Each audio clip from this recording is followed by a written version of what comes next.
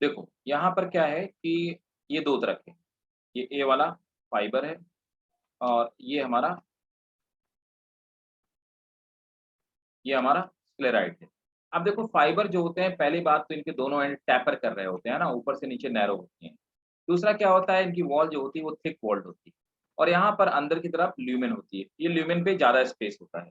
लेकिन जो स्क्लेराइड्स होते हैं इनमें ल्यूमेन कम होती है, इसमें छोटे-छोटे पिट्स पाए जाते हैं, वॉल इनकी थिक होती है और नॉर्मली ये स्टार शेप भी होते हैं। तो 2 तरह के पाए जाते हैं। ठीक है? स्टार्ट किया जाए? चलिए हेडिंग डालिए, स्क्लेराइड और sclerenchyma.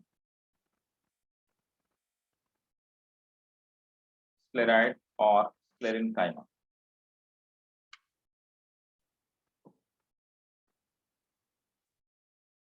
Sclerite or sclerenchyma are dead permanent tissue, are dead permanent tissue. Full stop.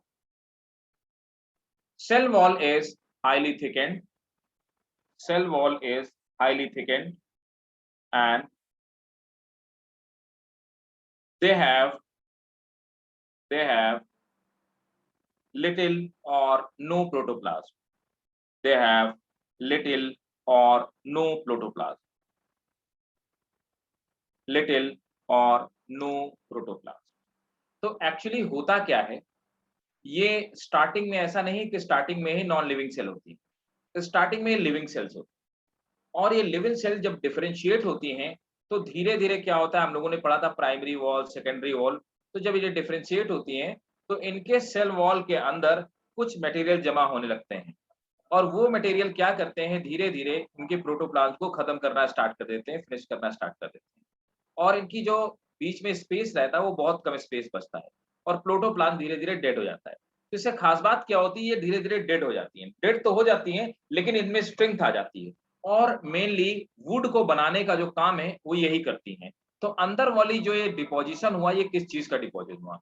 और ये क्या होती है, वाटर के लिए इम्पर्मेबल हो जाती है, जो इनकी इनर सेल वॉल है। ये या तो सेलुलोज़ की बनी होगी, सेल्यू सेल्युलोज़, या तो बनी होगी सेलुलोज़ की और या बनी होगी लिग्निन की और बोथ, या तो दोनों की भी बनी हो सकती है, सेलुलोज और लिग्निन दोनों की बनी हो सकती है। ठीक है, क्लियर है? Yes. चलिए स्टार्ट कीजिए, नोट करना। The thickening of cell wall, the thickening of cell wall is made up of thickening of cell wall is made up of cellulose or lignin, cellulose or lignin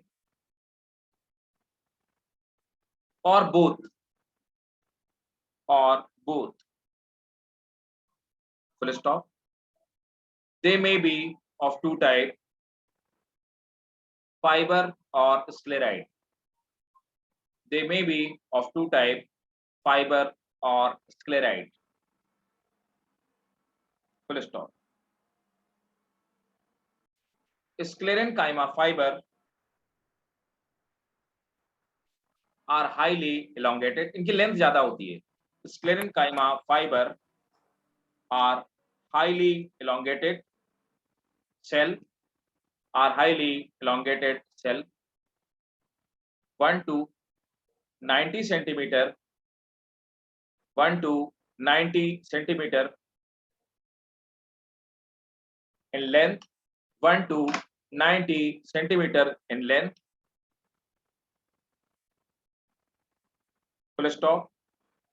It is narrow, it is narrow and spindle shape. It is narrow and spindle shape, thick walled cell. It is narrow and spindle shape, thick walled cell, which is pointed at both ends, which is pointed at both ends. Next point. The fiber occur in all those part where fiber occur in all those part where mechanical strength is required, where mechanical strength is required.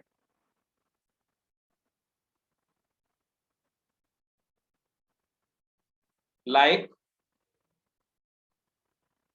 xylem, phloem, or petiole of leaf. Xylem, phloem, or petiole of leaves. Next, sclerites are highly thickened. Sclerites are highly thickened. Sclerites are highly thickened. Dead. Sclerites are highly thickened or dead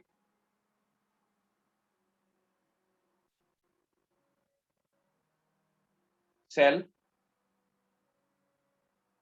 They have very narrow cavity. They have very narrow cavity.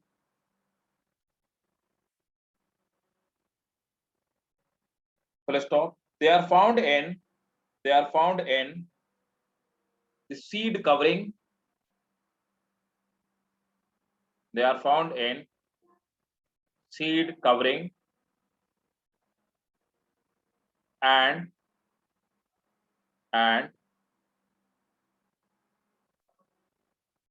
some of the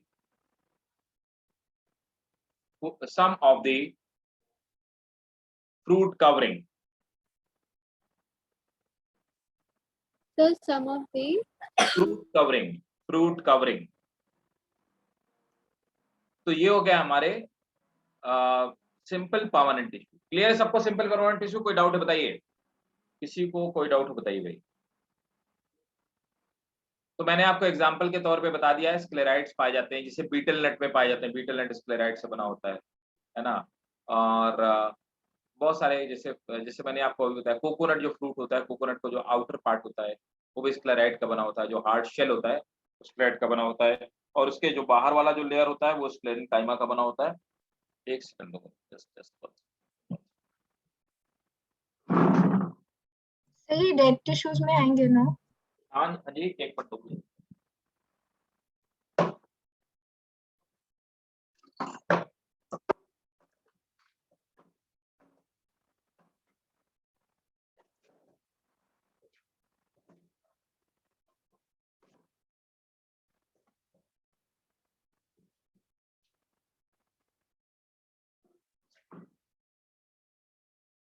क्या हुआ?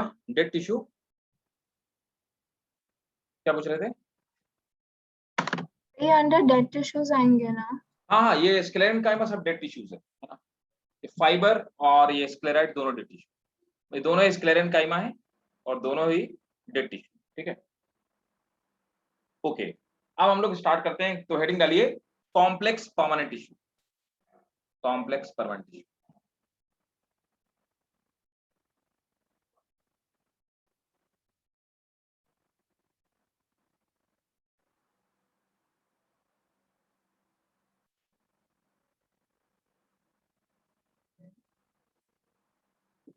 Complex permanent tissue. तो next heading है. अब देखो, मैंने आपको बताया था कि कॉम्प्लेक्स परमानेंट टिश्यू में जाइलम और फ्लोएम आते हैं.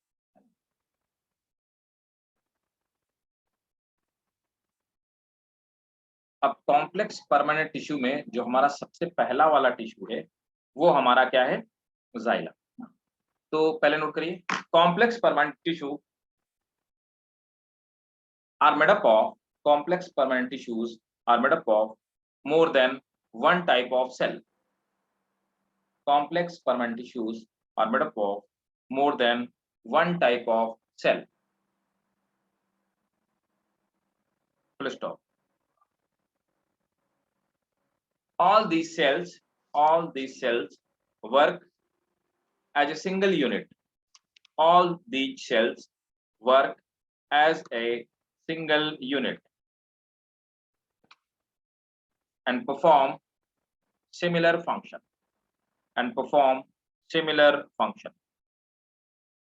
तो मैंने आपको ये बताया था कि सबसे पहला वाला जो हमारा कॉम्प्लेक्स परमानेंट टिश्यू है वो है जाइलम, और जाइलम 4 अलग-अलग तरह की सेल से मिलकर के बना हुआ है। अब जाइलम में जब हम देखते हैं तो सबसे ज्यादा पाई जाती है कौन? ट्रैकीड्स। ये डिपेंड करता है कि एंजियोस्पर्म है या जिम्नोस्पर्म है। ट्रैकीड्स। अब देखिए जिम्नोस्पर्म में 90% जो जाइलम होता है वह ट्रैकीड से बना होता है। ये बात मैंने आपको लिखवाई होगी, आप देखेंगे तो, लेकिन उस समय प्लांट टिश्यू आपने नहीं पढ़ा होता तो इतना ध्यान नहीं दिया होगा। 90% they are less efficient for transportation of water.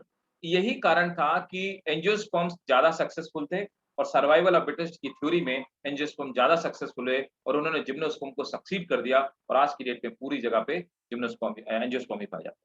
तो जिम्नोस्पर्म वाटर में कम एफिशिएंट है क्योंकि 90% जो उनका ट्रांसपोर्टेशन होता है वो ट्रैकीड से होता है। ट्रैकीड नैरो ल्यूमेन वाली पाइप्स हैं, ठीक है।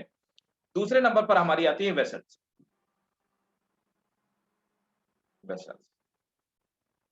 तीसरे नंबर पर आती हैं जाइलम पैरेन्काइमा।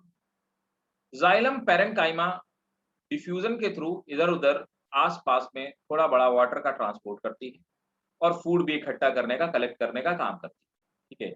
ये वैसे ही होती है जैसे कि नॉर्मल पैरेन्काइमा से। चौथे वाले जो हैं दे आर जाइलम फाइबर। तो जाइलम फाइबर क्या है? अभी थोड़ी देर पहले हमने जो स्क्लेरेन्काइमा फाइबर पढ़ा, ये वही actually simply sclerenchyma fibre, sclerenchyma fibre. तो ये क्या करते हैं? जाइलम जो पाइप है उस कॉलम को स्ट्रेंथ देने का काम करते हैं। और ये क्या है? ये क्या? They are simple parenchyma tissue, simple parenchyma. तो ये भी दोनों चीजें नीचे वाली तो हम लोग पढ़ चुके हैं। अब हमें फोकस किस पे करना है? ट्रैकीड्स क्या और वेसल क्या है, ठीक है। इनका दोनों का फंक्शन क्या है और ये दोनों कैसे काम करते हैं, ठीक है। तो मैं आपको डायग्राम दिखाता हूँ ट्रैकीड्स क्या होता है।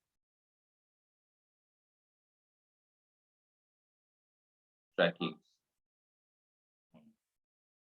सर कॉम्प्लेक्स परमानेंट टिश्यू के अंदर पहले यही है ट्रैकीड। हाँ जी, सो फर्स्ट वाले कॉम्प्लेक्स परमानेंट टिश्यूज के अंदर, मैं समझा नहीं क्या क्या क्या क्या फिर से फर्स्ट वाले ट्रैकीड्स हैं फॉर कॉम्प्लेक्स परमानेंट टिश्यूज के अंदर। कॉम्प्लेक्स परमानेंट टिश्यू मतलब देखो, जैसे मैंने आपको बताया कि परमानेंट टिश्यू 2 तरह के होते हैं, सिंपल और कॉम्प्लेक्स, है ना। तो सिंपल वाले में हम लोगों ने क्या पढ़ा? Parenchyma, chyma. Collenchyma, yes sir. Sclerenchyma. तो वो सब एक ही तरह की सेल से मिलकर बने थे। अब दूसरे नंबर पर आए कॉम्प्लेक्स। कॉम्प्लेक्स में 2 हैं, जाइलम और फ्लोएम। क्यों? क्योंकि एक से ज्यादा टाइप की सेल से मिलकर बने, ठीक है। सर तो इसमें डेड और लिविंग का कुछ नहीं होगा? बिल्कुल बिल्कुल होता है। इसमें कुछ डेड से मिलकर बने होंगे, कुछ लिविंग से मिलकर बने होंगे। तो ये अलग अलग सेल से मिलकर बने ना, तो कुछ पार्ट डेड से मिलकर बना है, कुछ पार्ट लिविंग है। देखो मैंने आपको बताया ना, बताता हूं अभी। अब इसमें क्या है? ये जो ट्रैकीड्स हैं दे आर डेड, वेसल्स हैं दे आर डेड, है ना। Xylem parenchyma it is living and xylem fibre it is dead. तो हमसे अगर कोई पूछता है कि जाइलम, तो हम क्या कहते हैं? डेड है। सच क्या है? They are 90% dead and 10% living. क्यों? क्योंकि तीनों क्या है? डेड से। यही मेजर इनका बनाने वाला पार्ट है, ट्रैकीड और वेसल्स और फाइबर, ठीक है। और ये क्या है? डेड है। तो xylem are mainly dead tissues, clear है। वुड का फॉर्मेशन यही करती है, वुड। Yes sir. तो वुड जाइलम ही करती है, क्लियर है। Yes sir. तो इनमें से 3 डेड है और 1 लिविंग। आप देखो, अब देखो क्या है, ये वाली ट्रैकीड है और ये वाली क्या है? ये देखो ट्रैकीड, फाइबर, है ना। और ये वाली क्या है? ये वेसल्स। ये तीनों अलग अलग सेल्स। एक एक करके हम लोग बात करते हैं। तो सबसे पहले बात कर लिया है ट्रैकीड। देखो ट्रैकीड्स में क्या होता है, यहां पर ये ट्रैकीड्स हैं और इनमें साइड में पिट पाए जाते हैं, ये गड्ढे हैं, पिट। तो आखिर ट्रैकीड वाटर को ऊपर ले जाने का काम कैसे करते हैं? जब इसके ऊपर और नीचे के पार्ट जो हैं वो नैरो हैं, तो ये कैसे, तो क्या होता है? एग्जाम्पल के तौर पे एक ये ट्रैकीड, इस पे साइड में यहाँ पे होल्स पाए जाते हैं, है ना। तो इसी के साथ में एक दूसरी वाली ट्रैकीड है, ये दूसरी वाली ट्रैकीड, इसी के साथ में एक ये तीसरी वाली ट्रैकीड है, और ये से मान लेते हैं।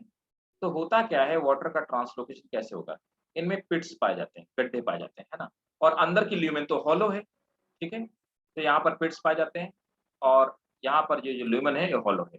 तो होता क्या है कि वाटर ऐसे ट्रांसलोकेट होता है, वाटर यहाँ से एंटर किया, अंदर से जाके यहाँ से यहाँ पे एंटर किया, यहाँ से यहाँ पर एंटर किया, यहाँ से यहाँ पर एंटर किया, यहाँ से यहाँ पर एंटर किया, तो जिगजैग होता हुआ इनके अंदर से वाटर ऊपर की तरफ ट्रांसलोकेट होता है। तो इस तरह से वाटर का ट्रांसलोकेशन होता है। ऊपर का इनका अपर पार्ट और इनका जो नीचे वाला पार्ट होता है, ये ऐसे ही नैरो होता है ना, फ्यूजिव फॉर्म में होता है, और ये डेड होता है। क्लियर है?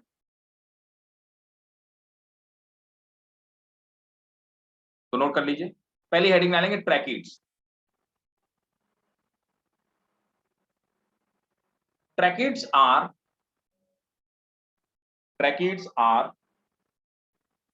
Dead cells with lignified wall, मतलब वॉल में लिग्निन पाया जाता है। Tracheids are dead cell with lignified wall. ये लिग्निन क्या होता है?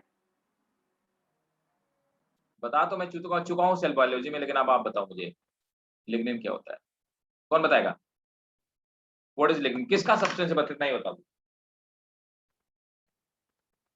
अरे वेरी बैड भाई। Lignin is made up of fat and it is impermeable substance. It makes cell dead. Note करेंगे, tracheids are dead cells with lignified wall and wide lumen. They may be 5 to 6 millimeter in length, 5 to 6 millimeter in length. Next point, tracheid constitute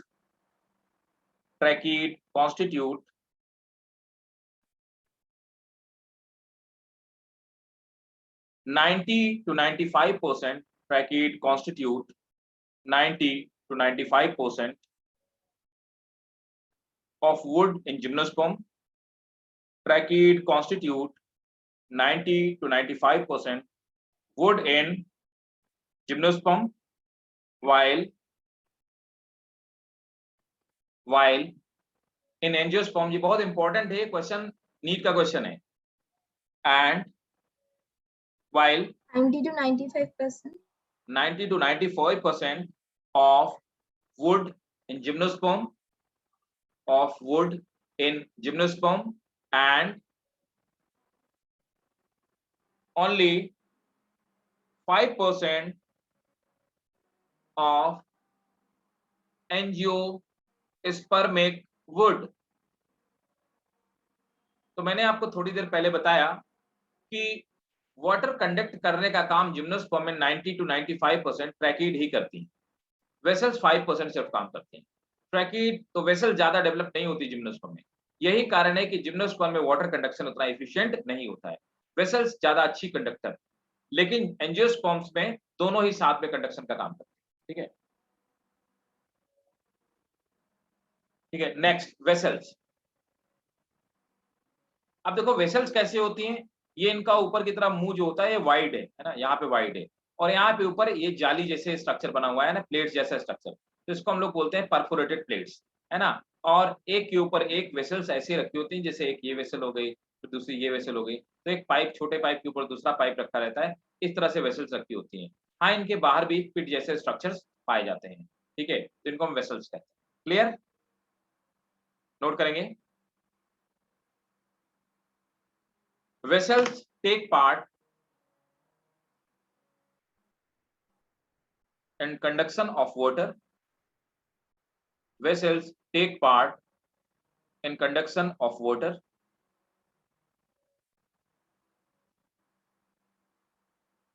Vessels take part in conduction of water or sap and provide mechanical support full stop. They are much more elongated. They are much more elongated. Full stop. They may be 3 to 6 meter in eucalyptus. एक vessel 3 to 6 meter की हो सकती है eucalyptus में. They are 3 to 6 meter in eucalyptus.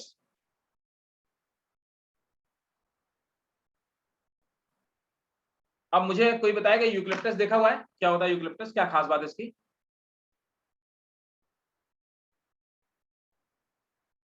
Eucalyptus रैगनस longest angiosperm होता है.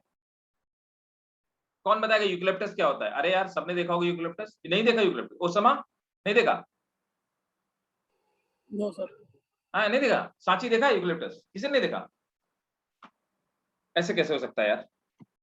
सबने देखा होगा. मैं दिखाता हूँ, बताना देखा है कि नहीं देखा है, फिर मेरे को बताना कि देखा है कि नहीं देखा आपने यूकलिप्टस.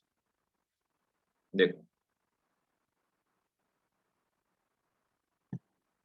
मैं दिखाता हूँ और आप मुझे बताएंगे कि यूकलिप्टस आपने देखा कि नहीं देखा. यूकलिप्टस का प्लांट इंडिया में उतना कॉमन चीज है. देखा है? देखो दिखाता हूँ, एक सेकंड दो मुझे. ऐसा कोई नहीं होगा जिसने यूकलिप्टस इंडिया में नहीं देखा हो यार.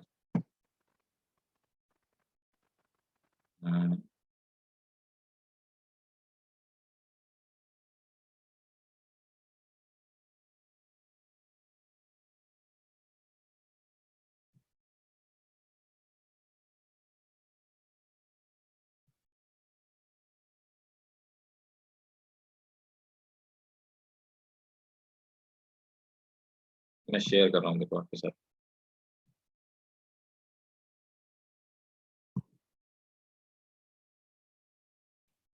बताओ देखा है नहीं देखा? हाँ जी देखा है प्लांट है ये. ऐसे इसको सफेदा बोलते हैं इंडिया में. नहीं देखा? अरे भाई तुम कहाँ रहते हो ये बताओ पहले. और समा शाहीन बाग दिल्ली में. अरे शाहीन बाग में रहते हो? Yes sir. तुम बाहर देखना, किसी से पूछना सफेदा का पौधा कौन सा होता है. ठीक है, यूकलिप्टस ये इसलिए बताना जरूरी है. This plant is called environmental terrorist. इस प्लांट को इंडिया में लेकर के आने का जो सफेदा का प्लांट बोलते हैं, और इसकी पत्तियां जैसे आप रगड़ के स्मेल करोगे तो विक्स के जैसे इससे महक आती है. इस तरह की पत्तियां होती हैं, और आप इसको स्मेल करोगे तो विक्स के जैसे आपको महक आएगी. ठीक है, एक्चुअली इसको एनवायरमेंटल टेररिस्ट कहा जाता है. रीजन क्या होता है कि इंडिया में इसको लेकर के आए गए, नेहरू जी इसको लेकर के आए 1970 में.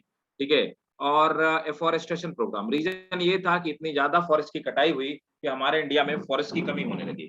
तो फॉरेस्ट एरिया बढ़ाने के लिए तो हमारे यहाँ पूरे इंडिया में मतलब वर्ल्ड जो रिपोर्ट होती है उसका ये प्रेडिक्शन था कि इंडिया जैसे कंट्री में इतना एरिया है, ऐसे इंडिया कंट्री में अप्रोक्सीमेटली जो फॉरेस्ट होने चाहिए वो 23% होने चाहिए. लेकिन हमारे पूरे एरिया का 19% ही फॉरेस्ट थे. तो नेहरू जी एफॉरेस्टेशन प्रोग्राम में यूकलिप्टस उठा करके लाए. कहाँ से? ऑस्ट्रेलिया से. ये इंपोर्टेड चीज है ना. एफॉरेस्टेशन में हमने बहुत सारे यूकलिप्टस लगाए. गवर्नमेंट ने फ्री ऑफ कॉस्ट यूकलिप्टस लोगों को बना बना के बांटना शुरू कर दिया, और यूकलिप्टस बहुत सारे उगाए गए. उसके बाद क्या हुआ, इसकी खास बात क्या होती है, एक यूकलिप्टस का प्लांट एक दिन में 200 से 300 लीटर पानी उड़ा देता है, जिससे कि इसने चारों तरफ ग्राउंड वाटर को रिड्यूस कर दिया. लोगों के ट्यूबवेल, बोरवेल और कुएं सूखने लगे, जिसकी वजह से इसको रोक दिया गया. आज की डेट में गवर्नमेंट ऑफ इंडिया इसको डिमोट करती है और इसको लगाना मना है. ठीक है, मतलब कोई क्राइम तो नहीं है, लेकिन इसको लगाना मना है. गवर्नमेंट ऑफ इंडिया इसको बेचती नहीं और बेचने भी नहीं देती है. ठीक है, रीजन क्या है? ये एनवायरमेंटल टेररिस्ट इसीलिए कहा जाता है क्योंकि ये धीरे धीरे वाटर टेबल को गिरा देता है, और ये कहीं से भी पानी ढूंढ लाता है. इसकी जड़ें बहुत गहराई तक जाती है. So that was the story behind eucalyptus. ठीक है, तो यूकलिप्टस में कितनी 3 से 6 मीटर तक हो सकती है. ठीक, और नोट करेंगे एक और खास बात. ये क्वेश्चन भी पूछा हुआ क्वेश्चन है. The end wall of vessels element, देखो ये ऑब्लिक होती है हमेशा. The end wall of vessels element are transverse or oblique. The end wall of vessel element are transverse or oblique.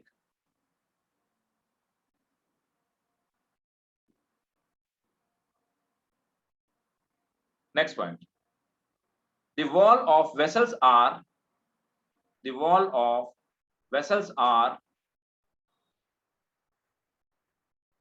also lignified. The walls of vessels are also lignified.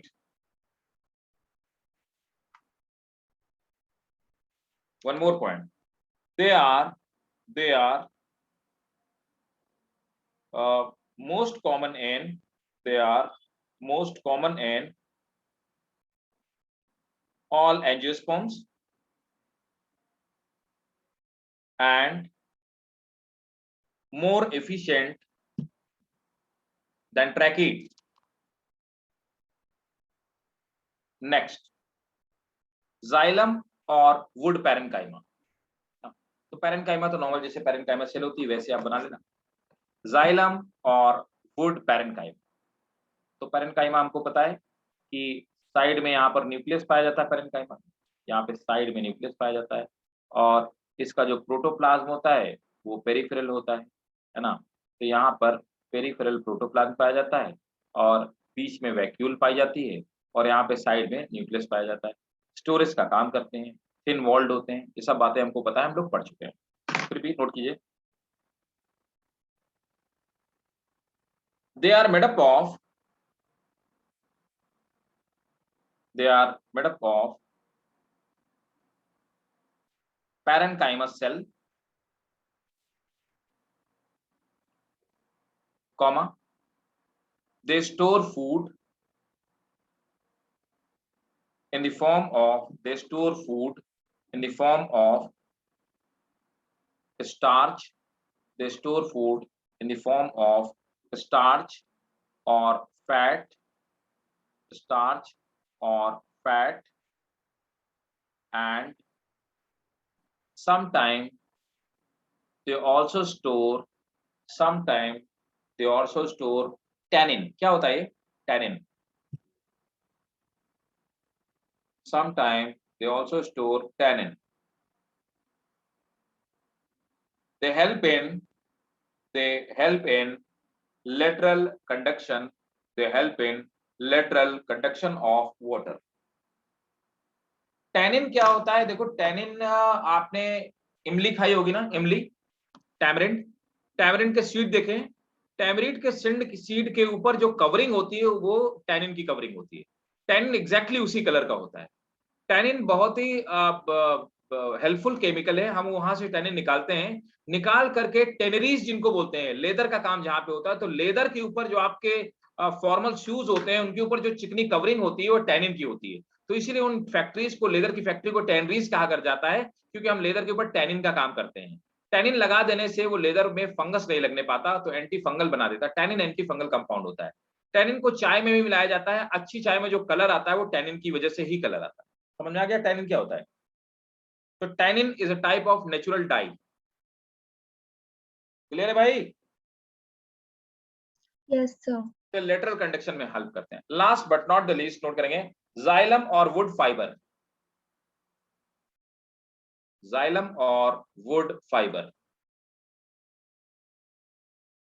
Note करिए. They are sclerenchyma fiber associated with xylem.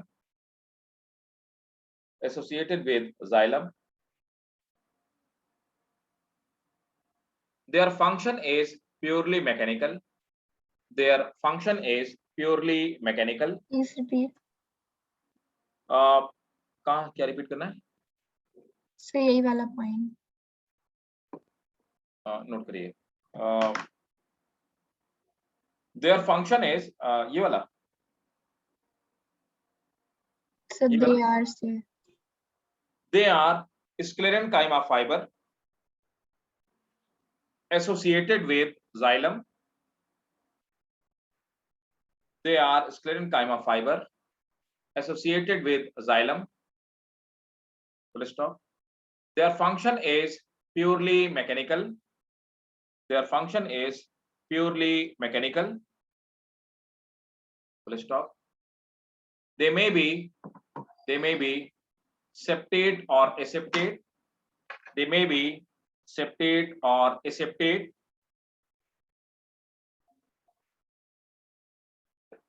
ठीक है, okay.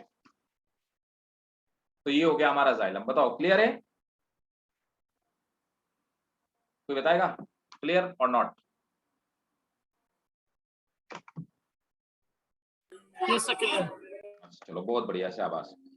अब एक बात और मैं आपको बता दूं,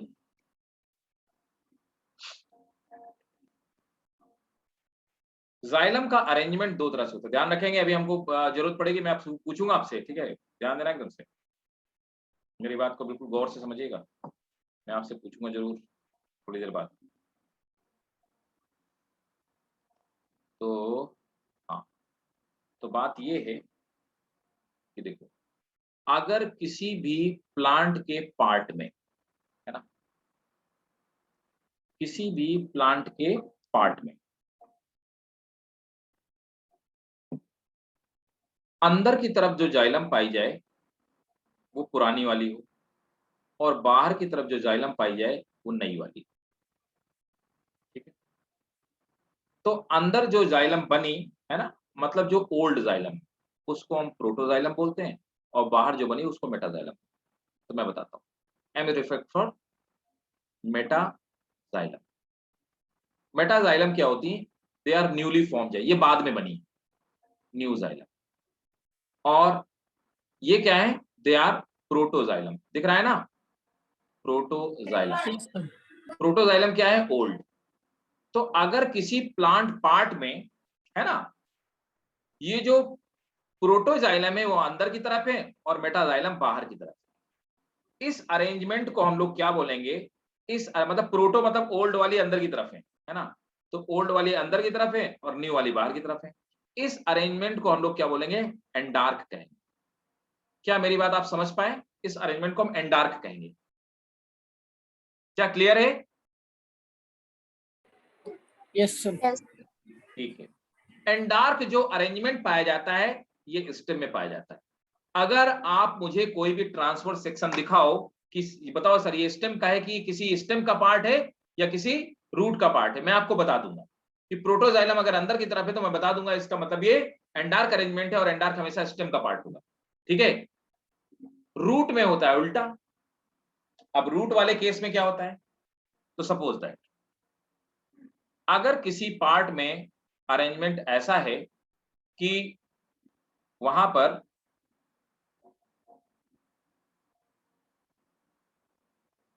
अब इस वाले केस में क्या है? उल्टा अरेंजमेंट है।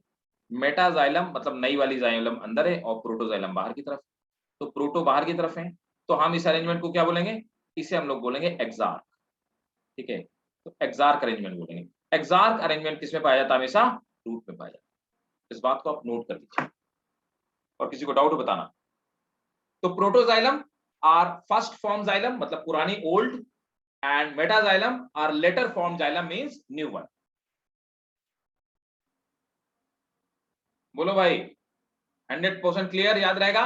एंडार्क एक्सार्क, एंडार्क किसमें? स्टेम में, और एक्सार्क किसमें? रूट में। क्लियर सबको? अरे कुछ हाँ ना बताते जाया करो भाई।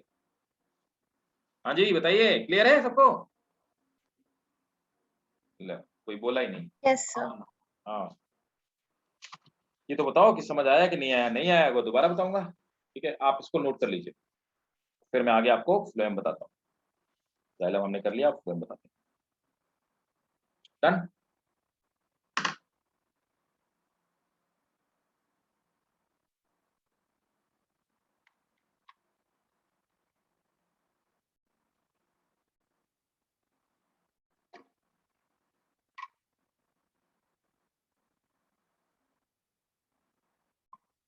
हटा दूं?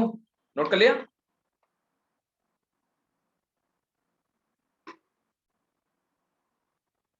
साची ने किया नोट? Yes, sir, कर लिया. ठीक, चलो तो मैं हटा रहा हूँ उसको, ठीक है। अब देखो, अब आ जाते हैं हम लोग इस पे, अब हम लोग आ जाते हैं फ्लोएम। फ्लोएम की बात की जाए तो जाइलम की तरह ही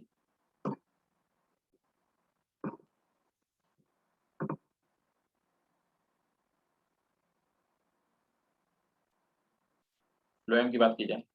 अब फ्लोएम भी हमारा कॉम्प्लेक्स टिश्यू, तो फ्लोएम किससे मिलके बना है? तो फ्लोएम सबसे पहले मिलके बना है, किससे मिलके बना है? कंपेनियन सेल, है ना, सीव ट्यूब। तो पहली सीव ट्यूब सेल है, सेकंड क्या है? कंपेनियन सेल, दोनों साथ साथ पाई जाती है, कंपेनियन सेल। थर्ड क्या है? वही सेम, फ्लोएम पैरेन्काइमा। तो फ्लोएम पैरेन्काइमा क्या है? ये वैसे ही पैरेन्काइमा है जैसे नॉर्मल पैरेन्काइमा होते हैं, they are simple parenchyma.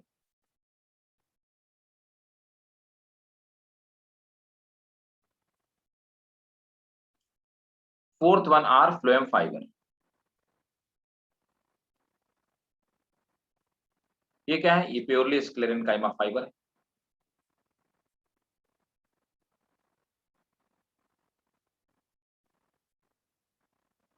Sclerenchyma fiber है। अब देखिए, यहाँ पर लिविंग और उसकी बात कर लिया। सीव ट्यूब जो होती हैं ये 50% लिविंग है। ये क्या मतलब वो 50% लिविंग है? They have protoplasm but do not have nucleus. मेरी बात को ध्यान समझिएगा, डू नॉट हैव न्यूक्लियस। देखो, एनिमल्स में एक अकेली सेल होती है, हमारे आपकी बॉडी में एक अकेली सेल होती है जो लिविंग तो है लेकिन उसमें न्यूक्लियस है। कौन सी सेल है इसमें न्यूक्लियस नहीं है? Enucleated cell but it is living. कौन सी है?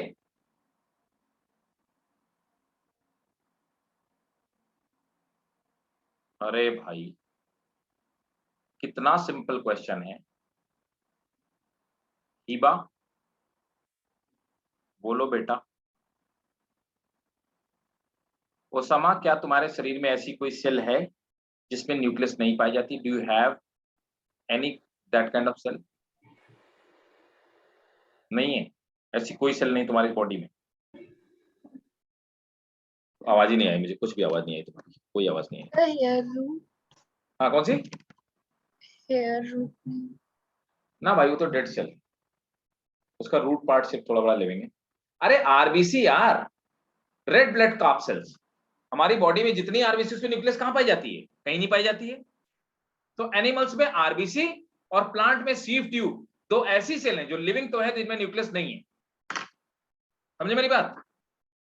Question A, which plant cell is living but do not have nucleus? Sieve tube is the only cell which is living but do not have nucleus. ठीक है? Companion cell, they are 100% living. They are living. Parenchyma, you know it's living. और sclerenchyma, you know it's dead. ठीक है? चलो, अब एक एक करके समझते हैं। तो सबसे पहले समझ लेते हैं सीव ट्यूब। तो हमको यहाँ पे सीव ट्यूब और कंपेनियन सेल पढ़ना है, तो बाकी दो तो हमको पता ही है। सीव ट्यूब और कंपेनियन सेल के बारे में बात करते हैं, मैं आपको दिखाता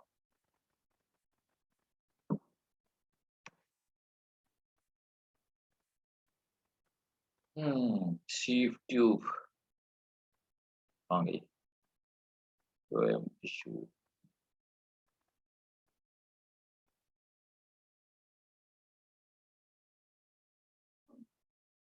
राइट। देखो भाई,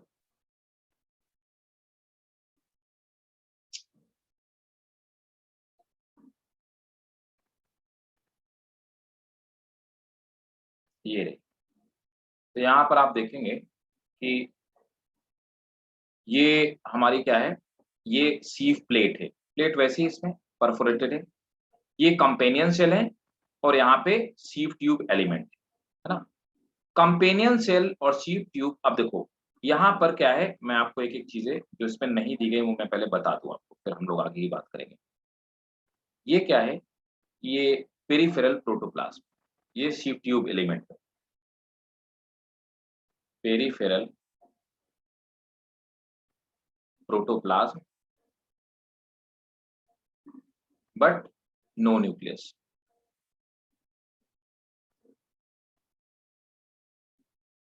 No nucleus. ये क्या है? This is vacuole. Vacuole है ना? ये क्या है? परफोरेटेड प्लेट है। तो फूड का मेनली ट्रांसलोकेशन यही से होता है। आप देखो, इसको हम सीव ट्यूब कहते हैं। ये साथ में कंपेनियन सेल, ये कंपेनियन सेल की क्या है? This is nucleus. आप देखो यहां पर क्या है, ये जो दोनों सेल्स हैं, कौन कौन सी दोनों सेल्स? ये और ये। तो इन दोनों के बीच में यहाँ पे कुछ पोर्स पाए जाते हैं, है ना? यहाँ पे पोर्स पाए जाते हैं, जिनके थ्रू दोनों का जो प्रोटोप्लाज्म होता है ये इंटरकनेक्टेड होता है। ठीक है, तो हम लोग कहते क्या हैं, इनको हम लोग क्या कहते हैं? इन्हें हम लोग कहते हैं प्लाज्मोडेस्माटा। प्लाज्मोडेस्माटा। तो प्लाज्मोडेस्माटा वो पोर होते हैं जिनके थ्रू आपस में दोनों सेल इंटरकनेक्टेड होती है। कंपेनियन सेल की जो न्यूक्लियस होती है वो सीव ट्यूब की सेल को कंट्रोल करने का काम करती है। इसकी न्यूक्लियस इस पूरी सेल को कंट्रोल करती है, क्योंकि इसका अपना खुद का कोई न्यूक्लियस नहीं पाया जाता है। That is the relationship between this companion cell and sieve tube element. दोनों का ही काम क्या होता है? फूड को ट्रांसलोकेट करना काम होता है। सीव ट्यूब जो होती है ये पैसिव ट्रांसपोर्टेशन करती है, कंपेनियन सेल एक्टिव ट्रांसपोर्टेशन करती है। हमने आपने देखा है लोडिंग और अनलोडिंग वाले पार्ट में कौन लोग थे? नहीं आप लोग नहीं थे, वो दूसरे बैच में, कल वाले बैच में। ठीक है, तो अभी हम लोग देखेंगे ट्रांसपोर्टेशन ऑफ जो ट्रांसलोकेशन ऑफ फूड हम लोग देखेंगे, तो वहां पे देखेंगे। क्लियर है ये बात? समझ में आ गया सबको स्ट्रक्चर? Yes, sir. चलो फिर नोट करो इसी बात पे। सबसे पहले सीव ट्यूब। सीव ट्यूब और सीव element, sieve tube or sieve element are placed end to end, are placed end to end, मतलब एक के ऊपर एक, placed end to end, full stop. They may have transverse or oblique end. They may have transverse or oblique end, full stop. Next point. They may have small pores or pits, small pores or pits at the end of cell, So which is small pores or small pores or pit pit, small pores or pit at the end of cell, which is called sieve plate,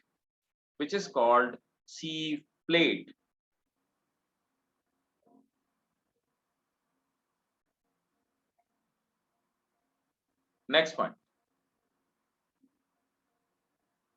Sieve tube have important, इसको पूरा underline करेंगे। Sieve tube have peripheral layer of protoplasm. Sieve tube have peripheral layer of protoplasm without any nucleus. Peripheral layer of protoplasm without any nucleus.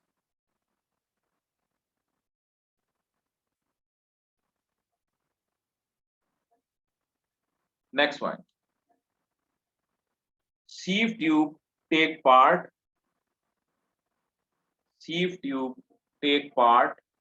in conduction of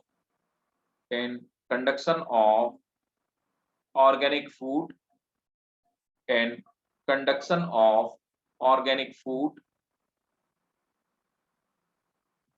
full stop. Next heading डालेंगे companion cell.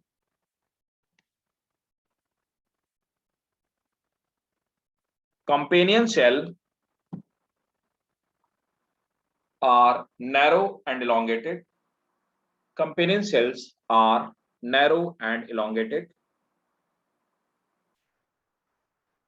and thin-walled living cell. Companion cells are narrow and elongated, and thin-walled companion cells and thin-walled living cells. Full stop. Next point. They lie on the side of sieve tube. They lie on side of sieve tube and closely associated with them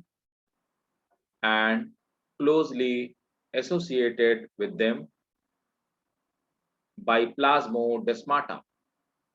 Closely associated with them by plasmodesmata.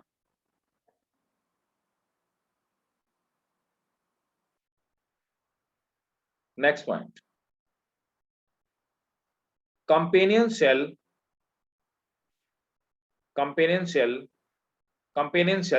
nucleus control the activity of sieve tube element. Next point.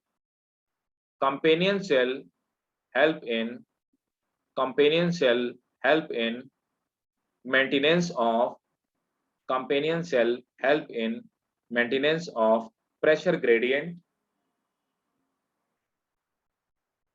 in sieve tube element.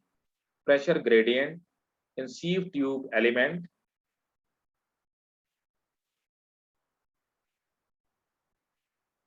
अगला point मैं जो बताना चाहूंगा उसको आप बिल्कुल याद रखिएगा, ये बहुत इंपॉर्टेंट है, एम्स में भी पूछा है क्वेश्चन। ठीक है, देखो ये कंपेनियन सेल नहीं पाई जाती, जिम्नोस्पर्म में नहीं पाई जाती। तो जिम्नोस्पर्म में जो कंपेनियन सेल नहीं पाई थी, इनका काम कौन करता है? तो कंपेनियन सेल की जगह एक सब्स्टिट्यूशन है, वो एक्चुअली मॉडिफिकेशन है पैरेन्काइमा का, है ना। और उनको हम लोग कहते क्या है, आप याद रखना, उनको एल्ब्यूमिनस सेल बोलते हैं। एल्ब्यूमिनस सेल, स्टार बना के लिखो ये क्वेश्चन, नोट करो। Companion cell are replaced by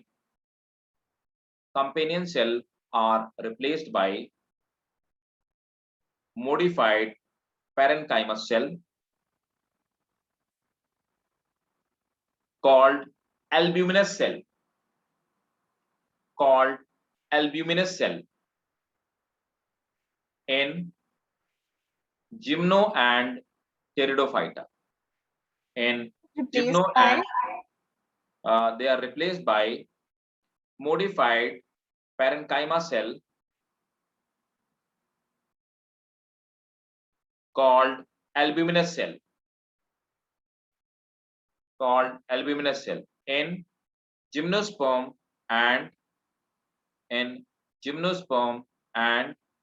angiosperm, sorry, gymnosperm and pteridophyte. Next, phloem parenchyma. Phloem parenchyma वैसी सेल होती है जैसे नॉर्मल पैरेन्काइमा होते हैं, जैसे हमने अभी जाइलम में पढ़ा, नोट करेंगे। Phloem parenchyma are ordinary living parenchyma cell,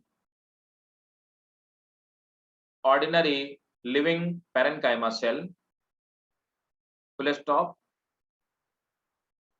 It is ordinary cell with abundant plasmodesmata. It is ordinary cell with abundant plasmodesmata. Full stop. They store food, resin. They store food, resin, latex. They store food, resin, latex, mucilage, etcetera, full stop. अगला star बना के लिखिएगा, star बना के, phloem parenchyma, phloem parenchyma are absent in most of phloem parenchyma are absent in most of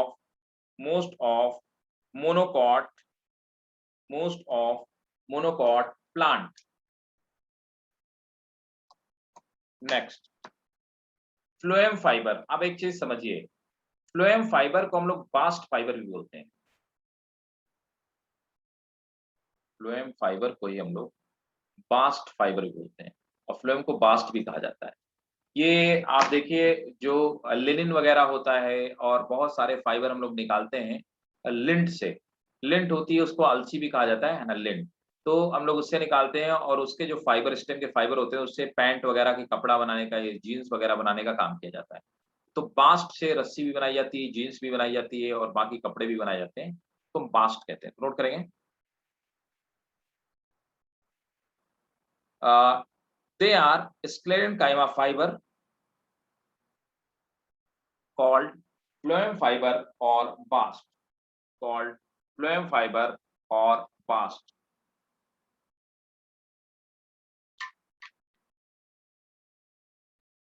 Phloem fiber or bast. Next point,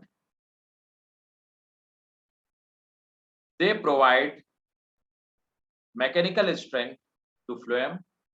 They provide mechanical strength to phloem. Textile fiber like hemp and jute, textile fiber like hemp and jute are bast fibers.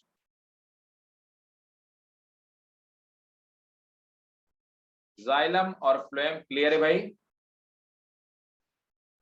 Yes, sir. बहुत बढ़िया। तो अब start किया जाए, tissue system से start किया जाए। बताओ, यहां तक किसी को सिंपल कॉम्प्लेक्स में कोई क्वेश्चन हो, कोई डाउट हो, पूछिए भाई, किसी तरह का कोई डाउट?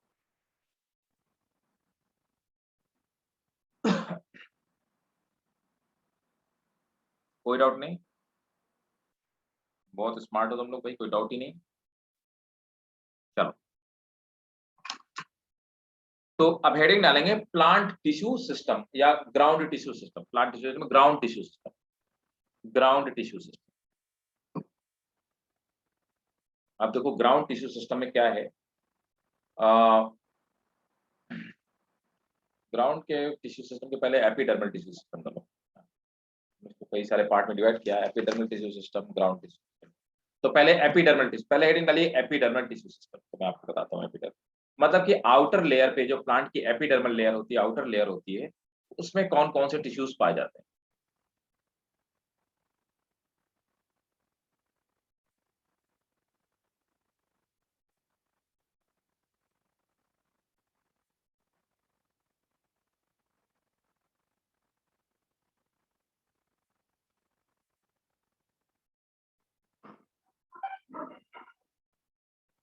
एपिडर्मल टिश्यू सिस्टम है ना। अब देखिए एपिडर्मल टिश्यू, तो एपिडर्मिस में कौन कौन से टिश्यू पाए जाते हैं। एपिडर्मिस में एक तो नॉर्मली एपिडर्मल लेयर पाई जाती है, दूसरी पाए जाते हैं मेनली स्टोमेटा, स्टोमेटा पाए जाते हैं, है ना। और स्टेम की हेयर में जो पाए जाते हैं, उनको हम लोग एक्चुअली क्या बोलते हैं, उनको हम लोग ट्राइकोम्स कहते हैं, है ना। तो और रूट में रूट हेयर पाए जाते हैं, तो ट्राइकोम्स पाए जाते हैं, ट्राइकोम्स, और दूसरे रूट हेयर। तो मेनली जो एपिडर्मल टिश्यूज होते हैं, उसमें एपिडर्मिस जिन चीजों से मिलकर के बनी होती है, तो एक तो खुद में एपिडर्मिस हो गई, एपिडर्मिस मतलब एक्सटर्नल लेयर, फिर स्टोमेटा, ट्राइकोम्स पाए जाते हैं, रूट हेयर, इतनी सारी चीजें पाई जाती हैं। ठीक है ना, स्टार्ट किया जाए। सबसे पहले देखते हैं, चलो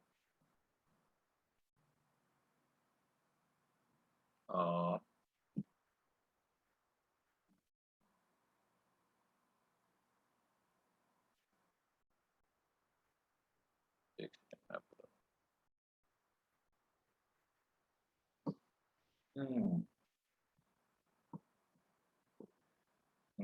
एपिडर्मल टिश्यूज ट्राइकोम्स कहाँ गया?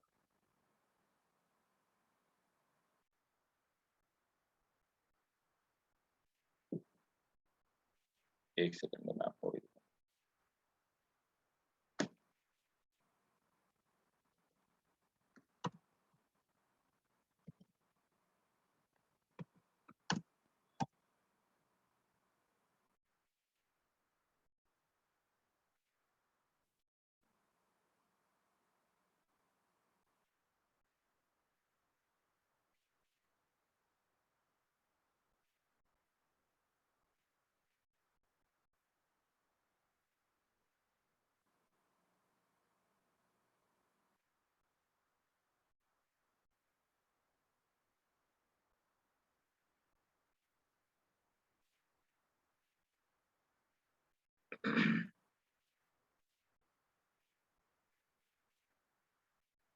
देखो, मैं आपको एक डायग्राम दिखाता हूँ, फिर आपको समझ में आ जाएगा इससे।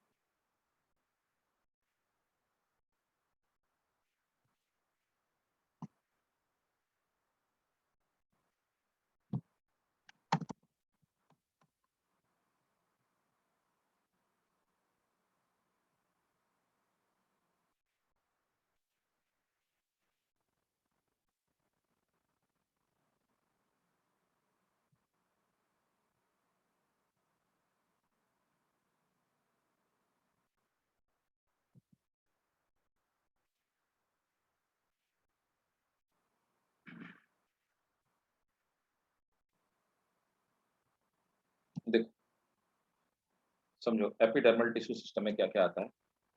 तो सबसे पहले आप देख पा रहे होंगे कि एपिडर्मल में एक जो एपिडर्मिस के ऊपर थोड़ा सा एक लेयर पाई जाती है। इस लेयर को हम लोग कह रहे हैं ट्राइकोम्स। तो ट्राइकोम इस तरह के होते हैं। ट्राइकोम और रूट हेयर में सिर्फ ये फर्क होता है, ट्राइकोम स्टेम्स में पाए जाते हैं या लीव्स में पाए जाते हैं, और रूट हेयर जो होते हैं वो पाए जाते हैं रूट्स में पाए जाते हैं। ट्राइकोम रूट्स में नहीं पाए जाते। और जो समझते जाइएगा, जो जो मैं बातें आपको बताता जा रहा हूँ, सब क्वेश्चंस के फॉर्म में पूछे जाते हैं। रूट हेयर जो होते हैं वो यूनिसेलर होते हैं, लेकिन ट्राइकोम हमेशा मल्टीसेलर होते हैं। ये तो अंदर वाला टिश्यू सिस्टम हो गया। दूसरी चीज जो होगी ये आउटर, जैसे एपिडर्मिस हो गई। तो चाहे अपर एपिडर्मिस हो चाहे लोअर एपिडर्मिस हो, ये सब एपिडर्मिल पार्ट में आएंगे। इसके ऊपर एक लेयर पाई जाती है क्यूटिकल की। आप देखेंगे क्यूटिकल की जो ये लेयर है, ये एक्चुअली क्या करती है, एक्स्ट्रा ट्रांसपिरेशन को रोकने का काम करती है, प्लांट को शाइनी बनाती है, प्लस फंगल इन्फेक्शन ना हो जाए प्लांट में उसको बचाने का काम करती है, वायरल और बैक्टीरिया से बचाने का काम करती है। तो क्यूटिकल एक वैक्सी लेयर होती है। तो एपिडर्मल लेयर हो गई, क्यूटिकल हो गई, है ना। और आप साथ में देख पाएंगे कि यहाँ पर ये देखो स्टोमा पाए जाते हैं, और ये गार्ड सेल और स्टोमा मिलकर के स्टोमेटा का फॉर्मेशन करती है। तो दोनों को मिला करके हम लोग क्या बोलते हैं, स्टोमेटा। ये तीन चीजें हमने जैसे पढ़ी, तो और रूट में और रूट हेयर पाए जाते हैं। इनको हम लोग क्या कहते हैं, इन्हें हम लोग बोलते हैं ये एपिडर्मल सेल। बाकी ये जो आपको अंदर दिखाई दिखाई दे रहे हैं, बंडल शीथ आपको दिखाई दे रहा है, जाइलम फ्लोएम जो आपको दिखाई दे रही हैं, और ये फ्लोएम वगैरह, पेलिसेड लेयर, स्पॉन्जी पैरेन्काइमा वगैरह, ये सब ग्राउंड टिश्यू सिस्टम में आता है, ये पार्ट इसमें नहीं आता है। ठीक है, क्लियर। चलो नोट करो एपिडर्मिस। तो सबसे पहले आप हेडिंग डालेंगे फर्स्ट, एपिडर्मल टिश्यू सिस्टम में सबसे पहले है epidermis.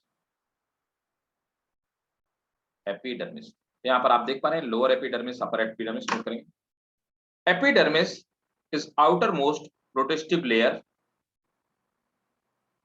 Epidermis is outermost protective layer of plant body. Epidermis is outermost protective layer of plant body. Full stop. It is generally single layered, but sometimes it may be multi-layered. It is generally single layered, but sometimes it may be multi-layered. Next point. Epidermal cell are compact. Epidermal cell are compactly arranged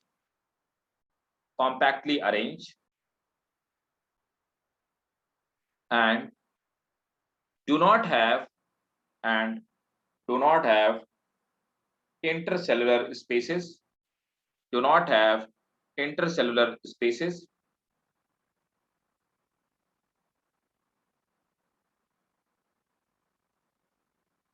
full stop. और next point,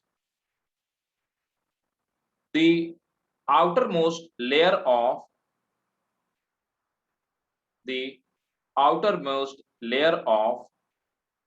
epidermis is made up of cuticle.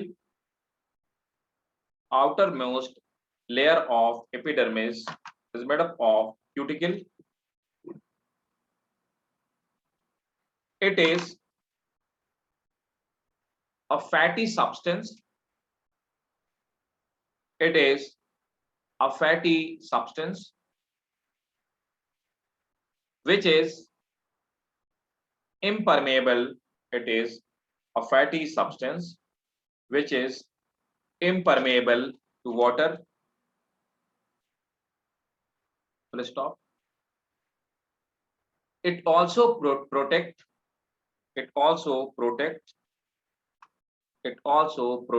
plant from infection.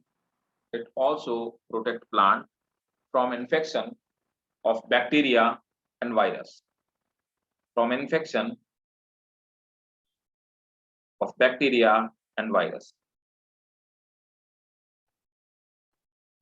Next, अब आ जाते हैं stomata.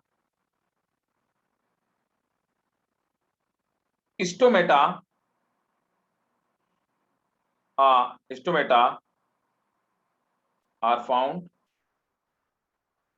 on generally leaves.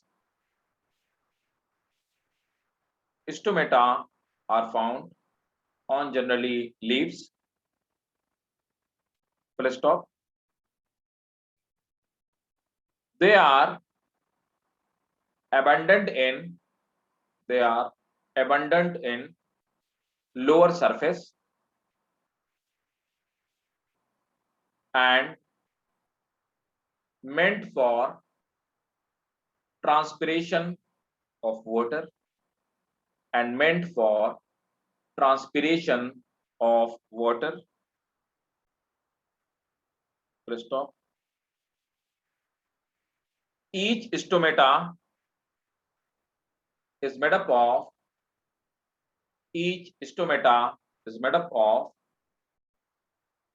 two guard cell and a pore, two guard cell and a pore called stoma.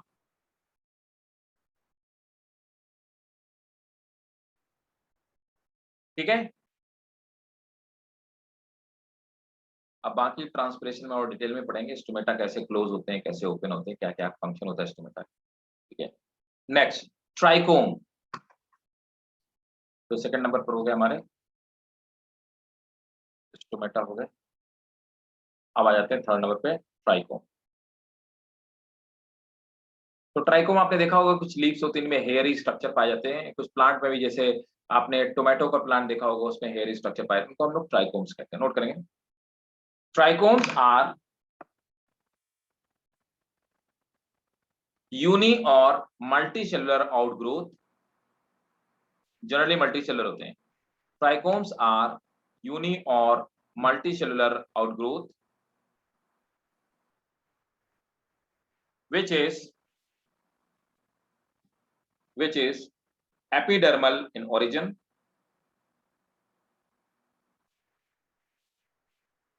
Which is epidermal in origin and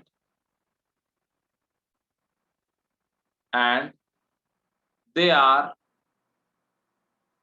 hair-like structure. They are hair-like structure. Full stop. इनको हम trichomes कहते हैं. याद रखना ये multicellular होते हैं, यही इनमें और रूट हेयर में यही डिफरेंस है, और ये root hair unicellular. Next, root hair. मैं रूट हेयर आपको दिखा देता हूँ. तो रूट हेयर कैसे होते हैं नॉर्मली मैं आपको दिखा देता हूँ, मैं स्ट्रक्चर ड्रॉ करके बता देता हूँ. तो नॉर्मली कोई भी प्लांट हो गया, तो प्लांट की मान लो ये रूट हो गई, तो रूट में रूट हेयर ऐसे पाए जाते हैं, दे आर ट्यूबुलर स्ट्रक्चर। तो ये जो आउटर एपिडर्मल सेल होती है इसी से राइज होते हैं, and they are this kind of tubular structure. और कई बारी क्या होता है, जो ये लेयर होती है जो इनमें ये पाया जाता है, न्यूक्लियस पाई जाती है, वो नॉर्मली टिप की तरफ पाए जाने के चांसेस ज्यादा होते हैं। तो नोट करेंगे, they are root hair, they are unicellular tubular structure found in। अब रूट में हम लोग इस ये जो बाहर वाली लेयर है तो ये एपिडर्मल लेयर, लेकिन इसके लिए एपिडर्मिस सम यूज नहीं करते हैं। इसके लिए हम क्या टर्म यूज करते हैं, इसको हम एपीब्लेमा कहते हैं। क्या बोलते हैं? एपीब्लेमा। तो नोट करेंगे, root hairs are tubular structure and they comes out from epiblema, they comes out from, found in के साथ क्या था? they are found in क्या लिखा, they are found in epiblema, they are found in epiblema layer of root। ठीक है, next point, nucleus occur towards the apical part of, nucleus occur towards the apical part of cell। next point, they help in absorption of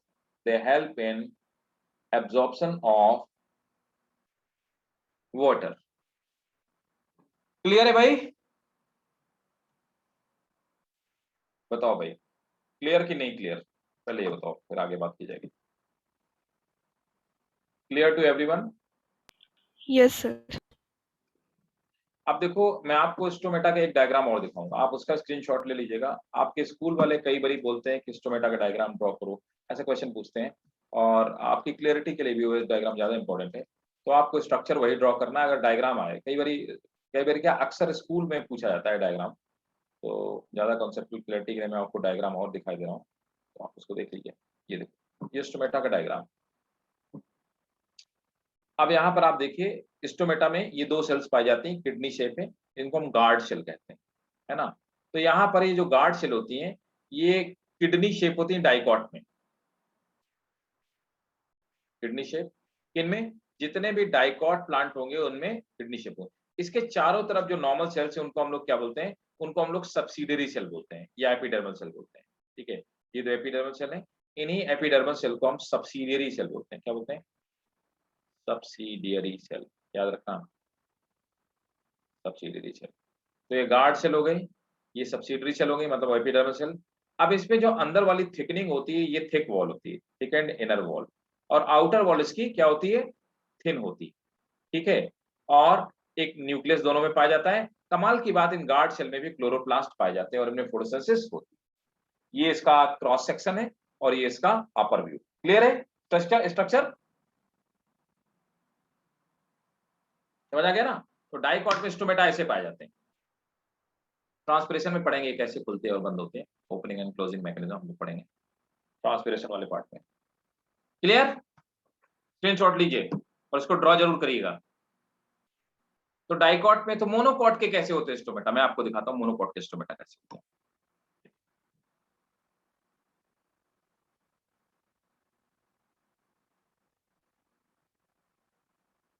monocot के जो stomata होते हैं double dumbbell shape होते हैं। ये रहे न्यूक्लियस, क्लोरोप्लास्ट, ये अंदर वाली वॉल थिक वॉल होती है, ये स्टोमा, ये थे ना, ये स्टोमा होते हैं, है ना।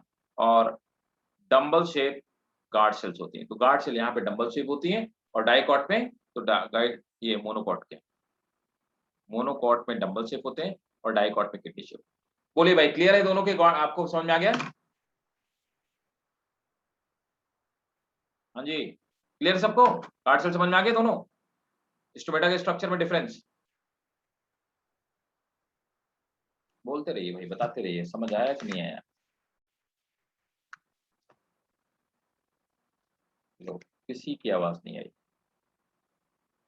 Yes, sir. ठीक है, बहुत बढ़िया। अब देखो नेक्स्ट हेडिंग डालेंगे ग्राउंड टिश्यू सिस्टम। तो मैं आपको ग्राउंड टिश्यू सिस्टम बताता हूँ। ग्राउंड टिश्यू सिस्टम में कौन कौन से आएंगे, बाकी के अंदर के जितने भी टिश्यू होते हैं मतलब, तो ग्राउंड टिश्यू सिस्टम नोट कर लीजिए, ground tissue system.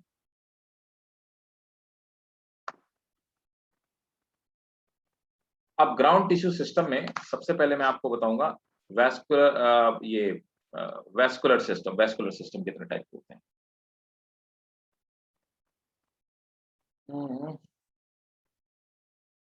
Vascular bundle कितने टाइप के होते हैं?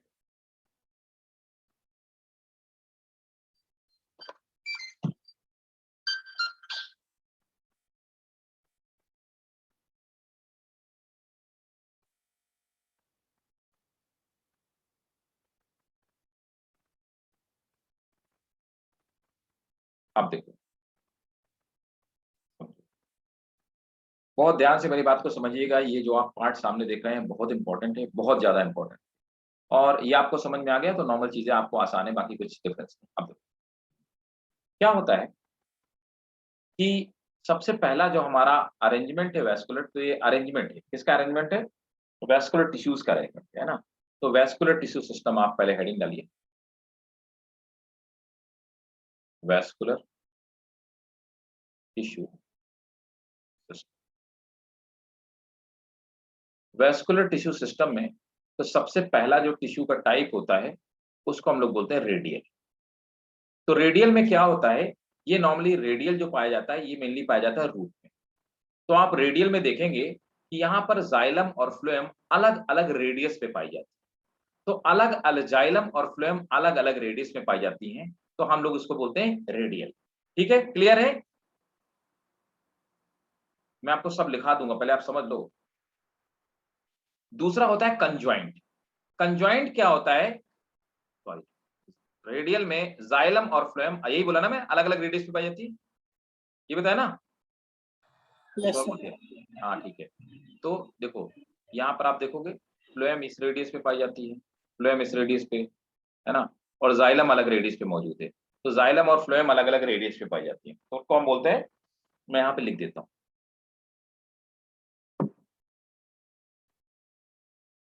Xylem and phloem are found at. Sir, excuse me, sir. हाँ जी बेटा। सर ये जैसे plant and ground tissue system है, तो एपिडर्मल के हम वो प्लांट्स के अंडर लेंगे एंड ये वैस्कुलर को ग्राउंड के अंडर। हाँ, ये वेस्कुलर पूरा ग्राउंड के अंदर लेंगे, है ना। और वेस्कुलर में सिर्फ ग्राउंड में वेस्कुलर ही सिर्फ नहीं आएगा, वेस्कुलर भी आएगा, और देखो इसके बीच में कॉर्टेक्स होता है ना, कॉर्टेक्स वाला पार्ट वो भी इसी में आएगा, ग्राउंड में आएगा। ठीक है, यस सर। है ना। अभी क्लियर हो जाएगा, अभी जब हम बताते जाएंगे तो और आपको क्लियर हो जाएगा, तब तक आप ये समझिए, इसको बहुत ध्यान से समझना, बिल्कुल 100% आपका फोकस मुझे यहाँ पे चाहिए। अगर आपको समझ में आ गया तो कोई दिक्कत नहीं। ठीक है, तो ये क्या हो गया, अलग अलग रेडियस पे। अब ये होते हैं कंजॉइंट। कंजॉइंट में क्या होता है, कंजॉइंट मेनली पाए जाते हैं स्टेम में। यहां पर क्या होता है, जब प्लांट, अब मैं कंजॉइंट आपको बना के दिखाता हूं। तो ये हमारा एक क्या हो गया, स्टेम मान लीजिए, है ना। अब इस स्टेम में क्या होता है, मैंने कहा कि जो वेस्कुलर टिश्यूज हैं वो कैसे हैं, कंजॉइंट है। तो इस तरह से ये वेस्कुलर बंडल है। अब इन वेस्कुलर बंडल में आप देखोगे कि, देखो जाइलम और फ्लोएम ये एक ही रेडियस पे पाई जाती है। ठीक है, दोनों सेम रेडियस पे। ये बाहर वाला जो हिस्सा हो गया ये फ्लोएम है, और अंदर वाला हिस्सा आपका जाइलम। तो ये क्या है, ये फ्लोएम, और अंदर वाला क्या है, ये जाइलम। तो यहां पर आप देखेंगे इनको हम लोग कंजॉइंट बोलते हैं। तो कंजॉइंट वो वेस्कुलर बंडल होते हैं जिनमें xylem and phloem are in same radius.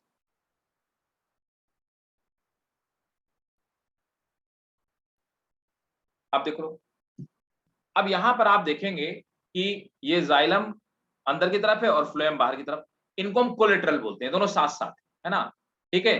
तो फ्लोएम बाहर की तरफ है, जाइलम अंदर की तरफ है, ये कोलेटरल है ना। अब कोलेटरल में और बाई कोलेटरल कहां पे, जाइलम बीच में, दोनों तरफ फ्लोएम है, बाई कोलेटरल, ठीक है। बाई कोलेटरल में दोनों तरफ फ्लोएम है, बीच में जाइलम, और कोलेटरल में एक तरफ जाइलम एक तरफ फ्लोएम, ठीक है। अब ये भी दो तरह के, एक वो क्लोज्ड, क्या मतलब हुआ भाई क्लोज का क्या मतलब हुआ, क्लोज का मतलब हुआ ये they can not divide, they can not divide, division की प्रोसेस क्लोज है इनमें। कैसे क्लोज है मैं अभी बताऊंगा। ओपन, ओपन वो होते हैं दे कैन डिवाइड, ये डिवाइड होकर के एक से दो हो सकते हैं। तो जाइलम फ्लोएम एक साथ है। क्लोज वैस्कुलर बंडल वो होते हैं जो डिवाइड नहीं कर सकते, और ओपन वो होते हैं they are open for division and close for division, ठीक है। देखो ओपन वाले में क्या होता है, यहां पर कैम्बियम पाई जाती है, और कैम्बियम जो बनी होती है ये मेरिस्टेमेटिक सेल से बनी होती है, ठीक है। So cambium is made up of meristematic cell, right. ये मेरिस्टेमेटिक सेल से मिलकर के बनी होती है और ये डिवाइड करने की कैपेबिलिटी रखती है, ठीक है। दूसरे होते हैं बाइकोलेटरल। बाइकोलेटरल वाले आप देखेंगे ये ओपन ही है। ओपन कैसे है, देखो यहां पर इधर भी कैम्बियम मौजूद है और उधर भी कैम्बियम। कैम्बियम जो होता है, cambium is made up of meristematic cell, देखिए ये कैम्बियम है, कैम्बियम आउटर कैम्बियम, यहाँ पे एक ही कैम्बियम है, and this cambium is made up of meristematic cell, ठीक है। तो ये मेरिस्टेमेटिक सेल से बनी, क्लियर है। रेडियल क्लियर, हाँ जी बताइए। रेडियल, रेडियल, रेडियल क्लियर है। हेलो,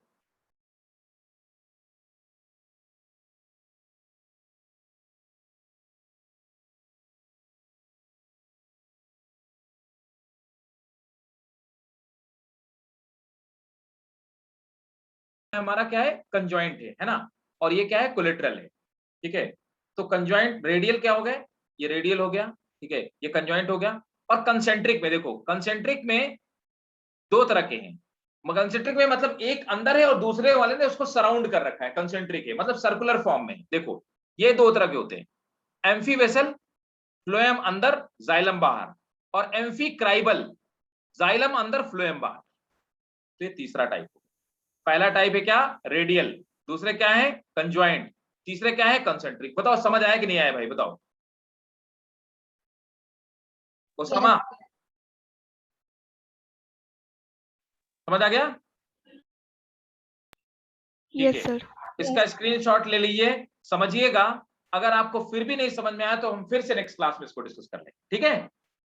और मैं आपको लिखवाऊंगा नेक्स्ट क्लास में, right. All clear, yes sir. ठीक है। तो मिलते हैं नेक्स्ट क्लास में और इससे यहीं से स्टार्ट करेंगे। आए और आप मुझे बताओगे कि हमें क्या पढ़ना है, वैस्कुलर टिश्यू सिस्टम से स्टार्ट करना है, ग्राउंड टिश्यू सिस्टम, ठीक है। Yes sir. चलो तब तक के लिए bye bye, take care, good night, thank you. Welcome बेटा, वेलकम।